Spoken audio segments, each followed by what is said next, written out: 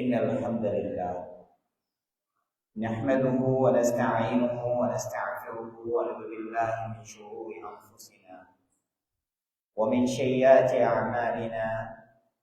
من يهده الله فلا مضل له ومن يضله فلا هادي له، وأشهد أن لا إله إلا الله وأشهد أن محمدا عبده ورسوله. فإن أصدق الحديث كتاب الله، وأحسن الهدي هدي محمد صلى الله عليه وسلم، وشر الأمور محدثاتها، وكل محدثة بدعة، وكل بدعة ضلالة، وكل ضلالة في النار.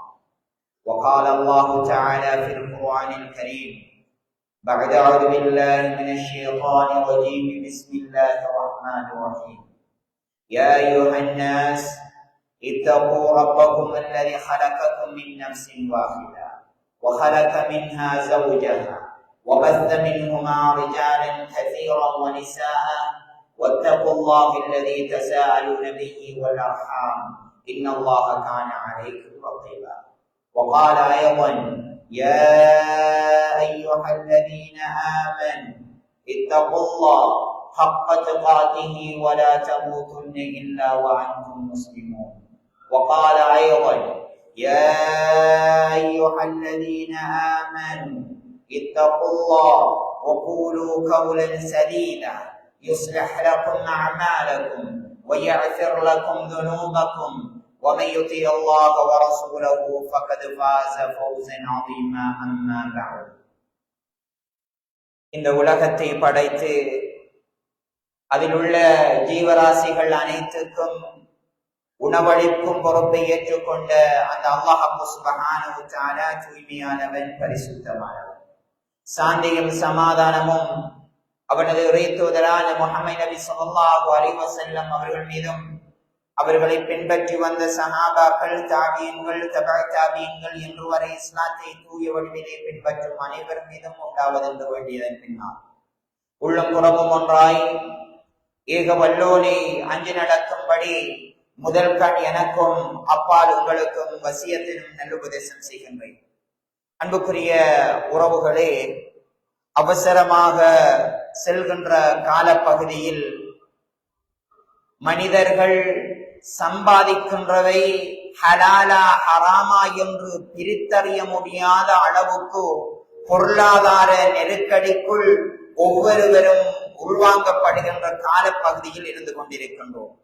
நாங்கள் சம்பாதிப்பது ஹலாலா ஹராமா, நாங்கள் பேசுகின்ற வார்த்தை உண்மையான வார்த்தையா பொய்யான வார்த்தையா என்று நாங்களே உணராத ஒரு சூழ்நிலைக்கு இன்று நாங்கள் வந்திருக்கின்றோம் என்பதை பார்க்கலாம்.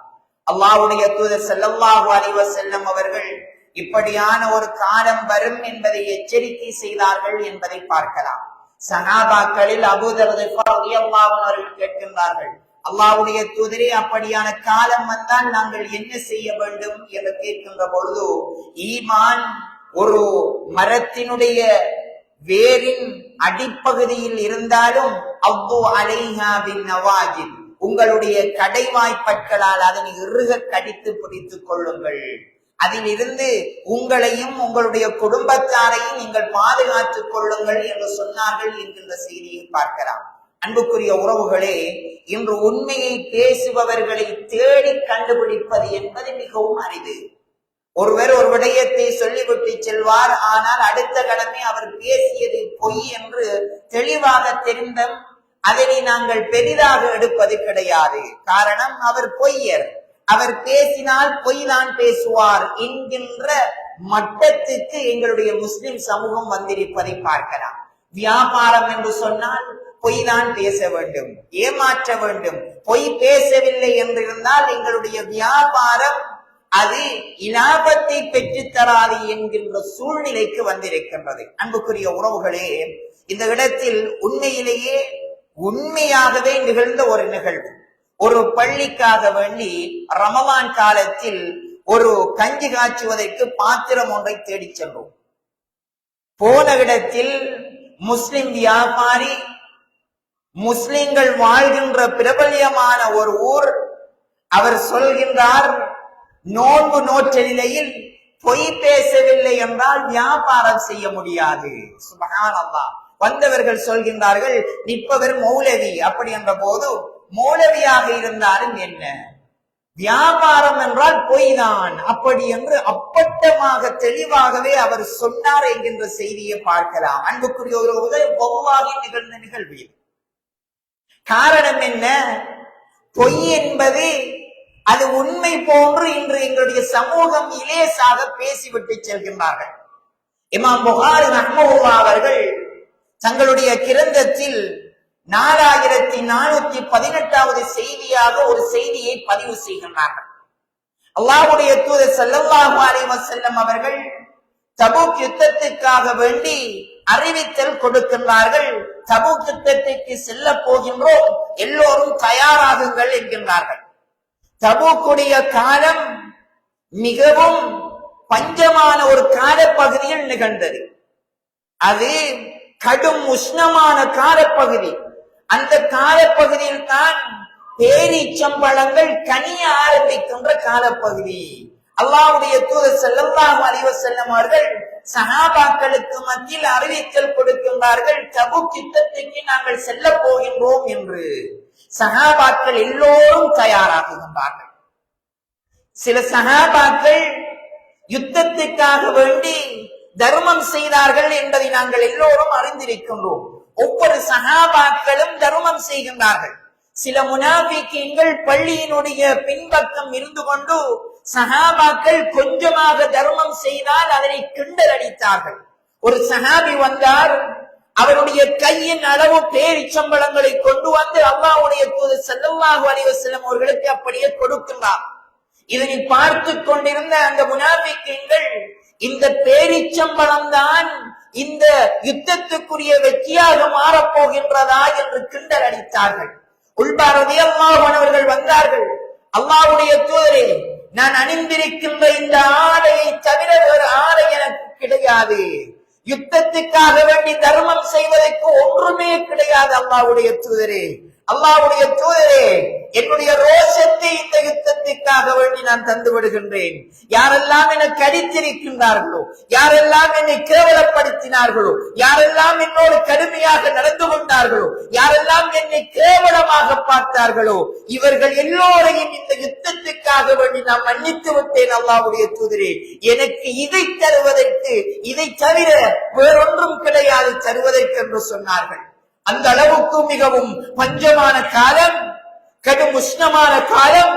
சஹாபாக்கள் யுத்தத்துக்கு தயாராகுகின்றார்கள். கஅப் இப்னு மாலிக் ரலியல்லாஹு அன்ஹு அவர்களும் இந்த யுத்தத்தில் கலந்து கொள்ள வேண்டும் என்கின்ற ஆசையோடு பள்ளிக்கு வருவார்கள். சஹாபாக்கள் தயாராகுவதை காண்பார்கள், நாளைக்கு தயாராகலாம் அப்படி என்று விட்டு செல்வார்கள். இந்த செய்தியை கஅப் இப்னு மாலிக் ரலியல்லாஹு அன்ஹு அவர்களை அறிவிக்கின்றார்கள். இமாம் புகாரி ரஹ்மத்துல்லாஹி அவர்கள் தங்களுடைய கிரந்தத்தில் 4418வது செய்தியாக பதிவு செய்கின்றார்கள். கஅப் இப்னு மாலிக் ரலியல்லாஹு அன்ஹு அவர்கள் அகபா உடன்படிக்கையில் 73 சஹாபாக்கள் கலந்து கொண்டவர்களில் ஆரம்பத்தில் இஸ்லாத்தை ஏற்றுக்கொண்ட ஒரு சஹாபி. பத்ர் யுத்தத்தில் இவர்களுக்கு கலந்து கொள்வதற்கு சந்தர்ப்பம் கிடைக்கவில்லை. ஏனெனில் நபி ஸல்லல்லாஹு அலைஹி வஸல்லம் அவர்கள் பத்ர் யுத்தத்தில் யுத்தம் செய்ய வேண்டும் என்ற நோக்கத்துக்காக வேண்டி செல்லவில்லை. அதனால் அவர்களுக்கு அந்த யுத்தம் கிடைக்கவில்லை. மற்ற ஏனைய யுத்தங்களில் எல்லாம் அல்லாஹ்வுடைய தூதர் ஸல்லல்லாஹு அலைஹி வஸல்லம் அவர்களோடு கலந்து கொண்ட சஹாபி, செல்வம் மிக்க சஹாபி, பெரும் ஈச்சமர தோட்டம் இருக்கின்றது. தபூக்குடைய காலத்தில் ஈச்சங்கனிகள் கனிய ஆரம்பிக்கின்றது. சஹாபாக்கள் பள்ளியிலே ஒன்று கூடி யுத்தத்தில் எப்படி ஈடுபடுவது என்கின்ற விடயங்களை எல்லாம் பேசிக் கொண்டிருக்கின்றார்கள். யுத்தத்துக்காக வேண்டி தர்மம் செய்கின்றார்கள். நீண்ட தூர பயணம். அல்லாஹ்வுடைய தூதர் ஸல்லல்லாஹு அலைஹி வஸல்லம் அவர்கள் சஹாபாக்களுக்கு மத்தியில் யுத்தத்தை பற்றி பேசிக் கொண்டிருக்கின்றார்கள்.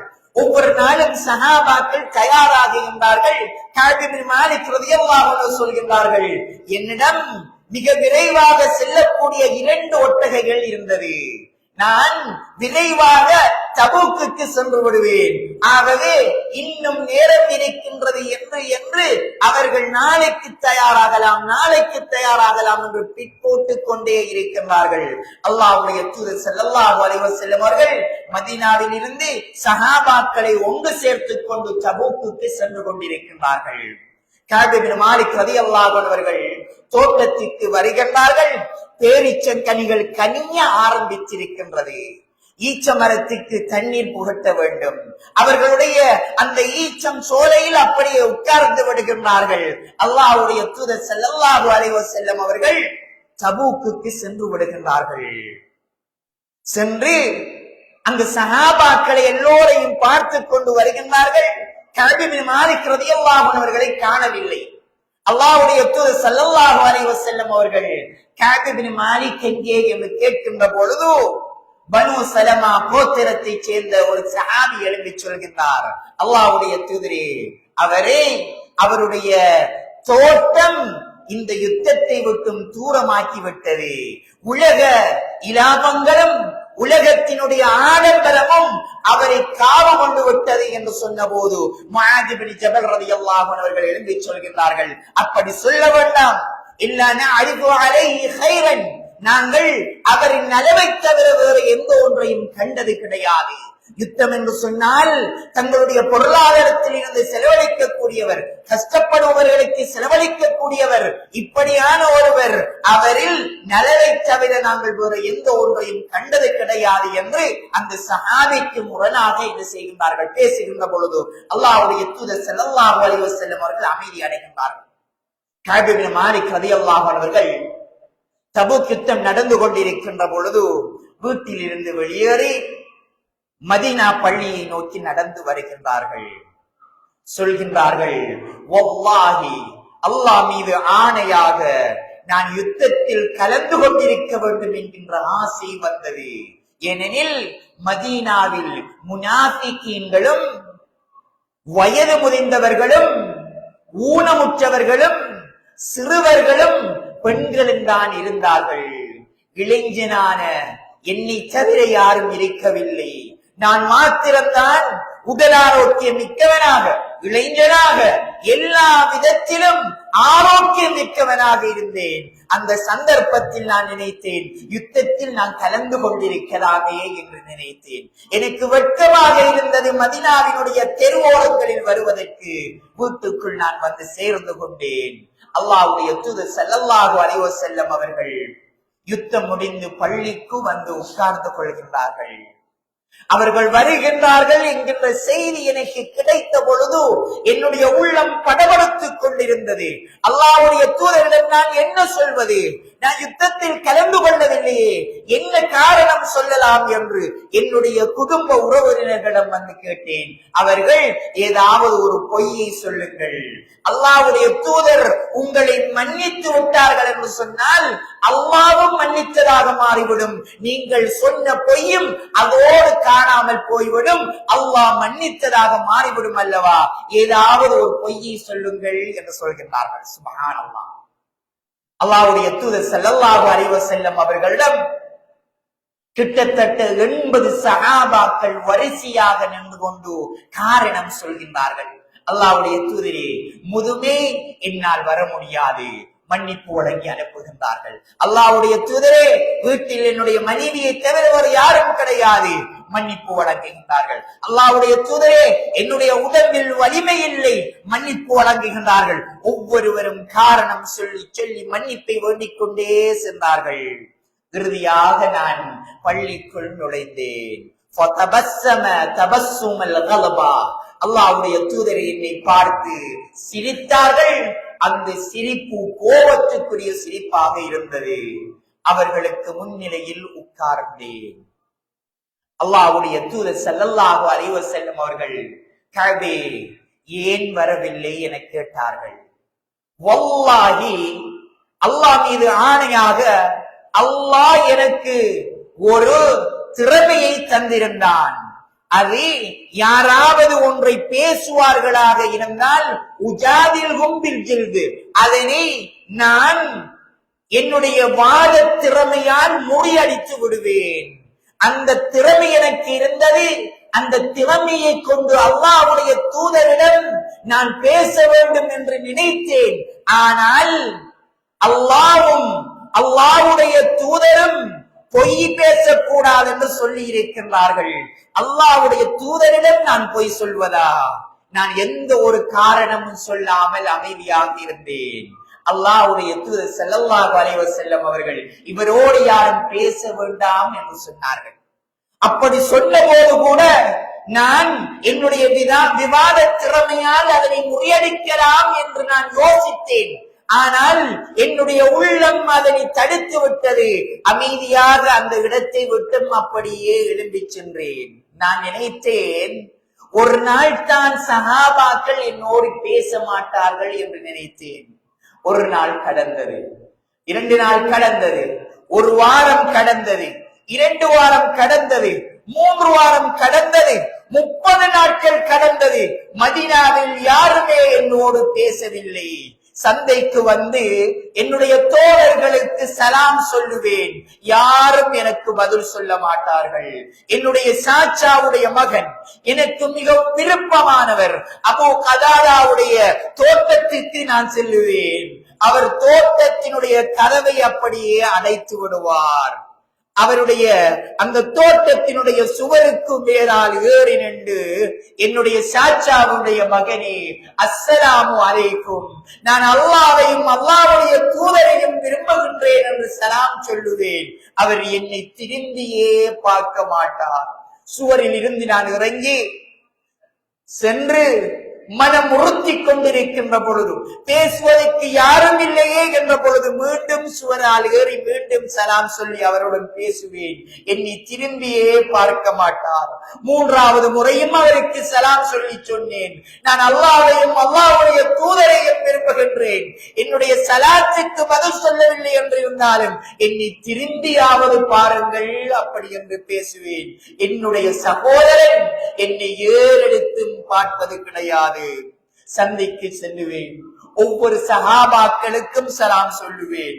அல்லாஹ்வுடைய தூதருடைய பாசறையில் இருந்த சஹாபாக்கள் எல்லோரும் இருப்பார்கள்.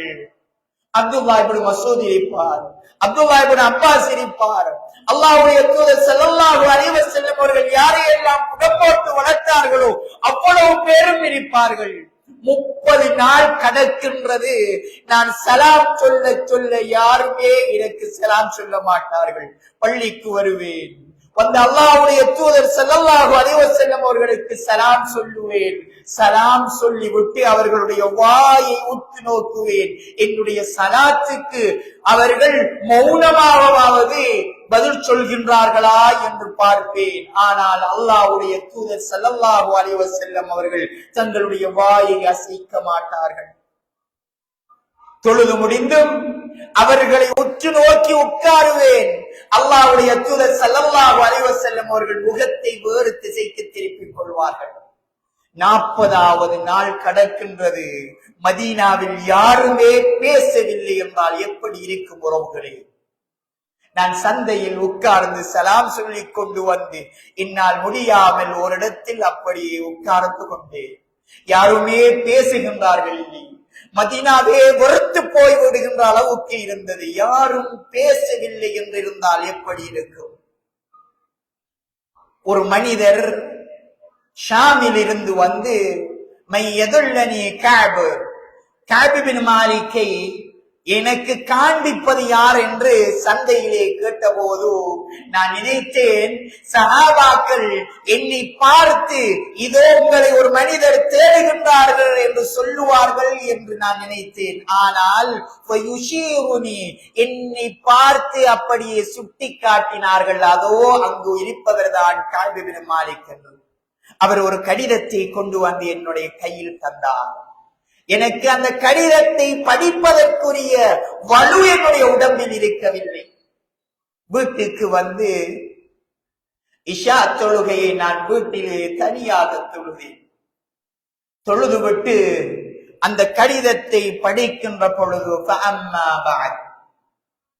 கஅபே, உங்களுடைய தோழரும் தோழருடைய தோழர்களும் வெறுத்து விட்டார்களாம், உங்களை ஒதுக்கி வைத்து விட்டார்களாம். எங்களுடைய நாட்டுக்கு கஸ்ஸான் நாட்டு மன்னனிடமிருந்து இந்த கடிதம் வந்திருக்கின்றது. எங்களுடைய நாட்டுக்கு வந்தால் உங்களுக்குரிய சகலவிதமான பொறுப்புகளும் சகலவிதமான இன்பங்களும் தரப்படும் என்று அந்த கடிதத்தில் எழுதியிருக்கின்றது. அல்லாஹ் எனக்கு சோதனைக்கு மேல் சோதனையை தருகின்றான் என்று கடிதத்தை கிழித்து அவர்கள் மூட்டி இருந்த அந்த அடுப்பில் அப்படியே தூக்கி எறிந்து விடுகின்றார்கள். ஃபஜ்ர் நேரத்தில் ஒரு சத்தம் கேட்கின்றது, கஅபே என்று. நான் துள்ளி எழுந்தேன், வெளியிலே ஓடி வந்தேன். அல்லாஹ்வுடைய தூதருடைய ஒரு தூதுவர் வந்திருந்தார். அவர் என்னிடம் பேசிய பொழுது எனக்கு வந்த சந்தோஷம், 40 நாளைக்கு பிறகு ஒருவர் என்னோடு பேசுகின்றாரே மதீனாவில் இருந்து என்று. அந்த மனிதர் சொன்னார், கஅபே, அல்லாஹ்வுடைய தூதர் ஸல்லல்லாஹு அலைஹி வஸல்லம் அவர்கள் உங்களுடைய மனைவியை அவளுடைய தாயினுடைய வீட்டுக்கு அனுப்ப சொன்னார்கள் என்று சொன்னார். நான் கேட்டேன், தலாக் சொல்ல சொன்னார்களா அல்லது வெறுமினி அனுப்ப சொன்னார்களா என்று கேட்டபோது அவர்கள் வெறுமினி அவர்களுடைய தாயினுடைய வீட்டுக்கு அனுப்ப சொன்னார்கள் என்று சொன்னார். எனக்கு இருந்த பக்கபலமாக இருந்த ஒரே ஒரு உறவு என்னுடைய மனைவி. என்னுடைய மனைவியையும் அவளுடைய தாயினுடைய வீட்டுக்கு நான் அனுப்பிவிட்டேன். 45 நாள் கடக்கின்றது. யாருமே பேசவில்லை. மதீனா பள்ளிக்கு சென்று தொழுவதற்கு கூட எனக்கு மனம் வரவில்லை. நாட்கள் கடக்கின்றது. 49வது நாள், 50வது நாள் ஃபஜ்ர் தொழுகையை நான் தொழுது விட்டு அல்லாஹ்விடம் பிரார்த்தித்தேன். 50 நாட்கள், யா அல்லாஹ், லா தஜஅலைல் அர்து, இந்த பூமி எனக்கு வெறுத்து விட்டது. என்னுடைய ஆத்மா என்னை வெறுத்துக் கொண்டிருக்கின்றது. என்னை பார்த்து பேசுபவர்கள் யாரும் இல்லையா அல்லாஹ். உன்னிடமே என்னுடைய அனைத்து குறைகளையும் முறைப்பாடு செய்கின்றேன். யா அல்லாஹ், இந்த உலகத்தில் நான் வாழ்வது சிறந்ததென்றால் என்னை வாழவை. சுப்ஹானல்லாஹ், மரணத்தை கேட்கின்றார்கள் அல்லாஹ்விடத்தில். யா அல்லாஹ், நான் மரணிப்பது சிறந்ததென்றால் எனக்கு மரணத்தை தந்துவிடு யா ரப் என்று அல்லாஹ்விடம் பிரார்த்தித்து அப்படியே பூமியில் சாய்கின்றார்கள். உலகம் வெறுத்து போகின்றது. அல்லாஹ்விடம் மரணத்தை நேரடியாக கேட்காமல் கேட்கின்றார்கள். யா அல்லாஹ், இவ்வுலகத்தில் நான் வாழ்வது சிறந்ததில்லாமல் போய்விட்டது போலும். யாரும் என்னோடு உறவாடுவதற்கு கிடையாது. யா அல்லாஹ், மதீனாவினுடைய தெருக்களில் நான் உலா வருவது எனக்கு கடுமையாகிவிட்டது. யா ரப், மரணத்தை தருவாயாக என்று நேரடியாக கேட்காமல் கேட்டு அப்படியே கீழே விழுந்து விடுகின்றார்கள். அல்லாஹ்வுடைய தூதர் ஸல்லல்லாஹு அலைஹி வஸல்லம் அவர்களிடம் இருந்து 50வது நாள் ஒரு சஹாபி மலை குன்றில் ஏறி நின்று கொண்டு, யா கஅப் இப்னு மாலிக், கஅபே, பஷ்ஷிரு, நன்மாராயம் பெற்றுக் கொள்ளி என்று சொன்னபோது என்னுடைய உள்ளம் அப்படி மகிழ்வின் உச்சகட்டத்தில் இருந்தது. துள்ளி எழுந்தினேன், வெளியில் ஓடி வந்தேன். என்னுடைய வீட்டை நோக்கி குதிரையில் ஒரு தூதர் மிக வேகமாக வந்து கொண்டிருந்தார். ஆனால் அவர் வருவதற்கு முன்னால் அந்த மலைக்குன்றில் இருந்து சொன்னவருடைய அந்த செய்தி எனக்கு மகிழ்வை கொண்டு வந்து விட்டது. அந்த தூதர் என்னுடைய வீட்டுக்கு முன்னால் வந்து இறங்கி, கஅபே, அல்லாஹ்வுடைய தூதர் சொன்னார்கள், அல்லாஹ் உங்களை மன்னித்து விட்டாராம் என்ற போது நான் அணிந்திருந்த 2 ஆடைகளையும் கலட்டி அவருக்கு அப்படியே அணிவித்தேன். அதைவிட சந்தோஷம் எனக்கு எந்த ஒன்றும் கிடைக்கவில்லை. ஆனால் வல்லாஹி, அன்றைய தினம் என்னுடைய இந்த 2 ஆடைகளை தவிர வேறு ஆடை என்னிடம் கிடையாது. நான் அவருக்கு அந்த ஆடையை அணிவித்து விட்டு என்னுடைய அண்டை வீட்டார் அல்லது யாரோ ஒருவர் எனக்கு தெரிந்தவரிடம் சென்று நான் ஆடைகளை இரவலாக அணிந்து கொண்டு மதீனாவை நோக்கி நடந்தேன். மதீனா பள்ளியை நோக்கி வருகின்ற பொழுது சஹாபாக்கள் எல்லோருமே வந்தார்கள். என்னை கட்டி அழைத்தார்கள், முத்தமிட்டார்கள். கபி அல்லாஹ்வுடைய தூதர் பேச வேண்டாம் என்று சொன்னதற்காக வேண்டி நாங்கள் பேசாமல் இருந்தோம் என்று சொன்னார்கள். நான் அப்படியே பள்ளிக்குள் நுழைகின்ற பொழுது தல்ஹா ரலியல்லாஹு அன்ஹு அவர்கள் எழும்பி ஓடோடி வந்தார்கள், கட்டி அணைத்தார்கள், முத்தமிட்டார்கள். உங்களுக்கு அல்லாஹ்விடம் இருந்து நன்மாராயம் வந்திருக்கின்றது என்று சொன்னார்கள். முஹாஜிரின்களில் என்னோடு பேசிய ஒரே ஒரு தோழர் தல்ஹா ரலியல்லாஹு அன்ஹு அவர்கள்தான். அவர்களை நான் என்னுடைய வரலாற்றிலேயே மறக்க மாட்டேன் என்று சொல்லிவிட்டு அல்லாஹ்வுடைய தூதருக்கு முன்னால் உட்கார்ந்தேன். அல்லாஹ்வுடைய தூதர் ஸல்லல்லாஹு அலைஹி வஸல்லம் அவர்கள் சிரித்தார்கள். அவர்கள் சிரித்த சிரிப்பு இந்த நிலா வெளிச்சத்தை விட மிக பிரகாசமாக இருந்தது. எல்லோரும் அதனை பார்த்தார்கள்.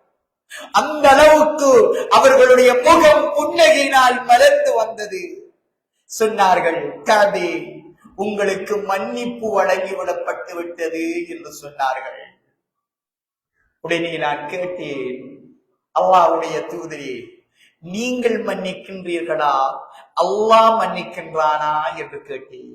அல்லாஹ்வுடைய தூதர் ஸல்லல்லாஹு அலைஹி வஸல்லம் அவர்கள் அல்லாஹ் உங்களை மன்னித்தான் என்று சொன்னார்கள். சுப்ஹானல்லாஹ்.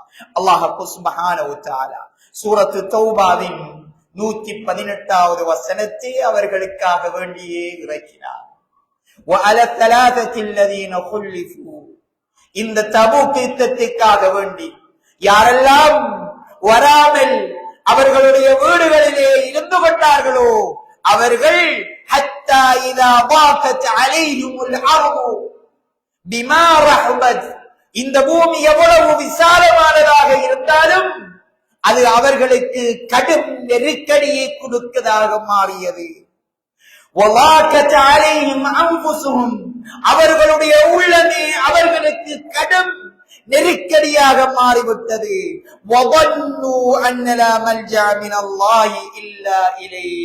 அல்லாஹ்வை தவிர நாங்கள் தஞ்சம் அடைவதற்கு வேறு யாரும் இந்த உலகத்தில் கிடையாது என்று அல்லாஹ்விடம் அவர்கள் தஞ்சம் அடைந்தார்கள்.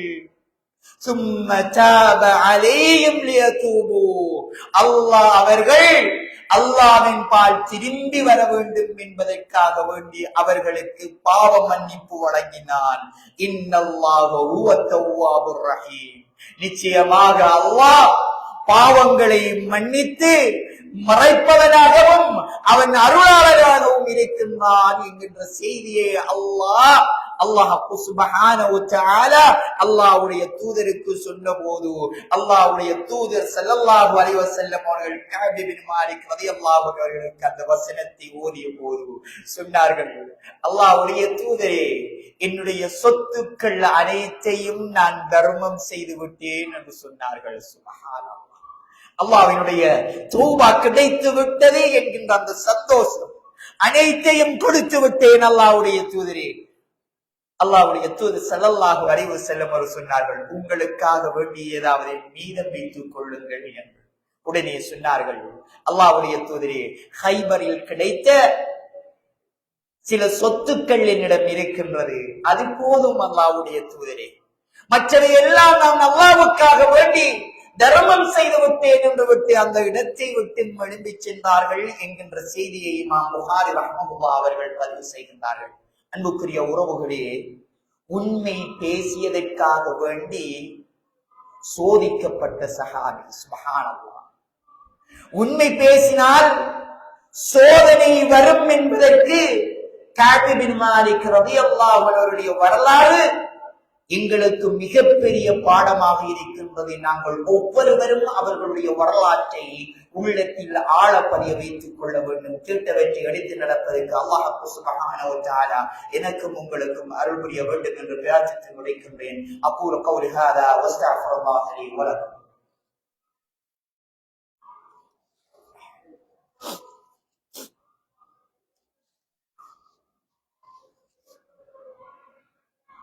பிஸ்மில்லாஹ் வஸ்ஸலாத்து வஸ்ஸலாமு அலா அஷ்ரஃபில் அன்பியாஇ வல்-முர்ஸலீன் وعلى آله وصحبه أجمعين أما بعد.